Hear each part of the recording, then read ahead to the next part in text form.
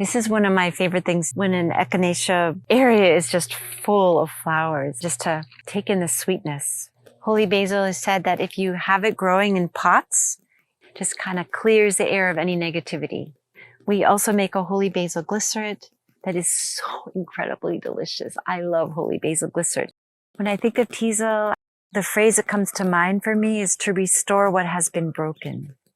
Each day that we're blessed with, I think, with Bethany, really gives us some really good medicine. So this plant will just pull you back down into your center, into your body, to be more embodied, helps to bring a sense of stability and groundedness to the mind when the mind is really scattered.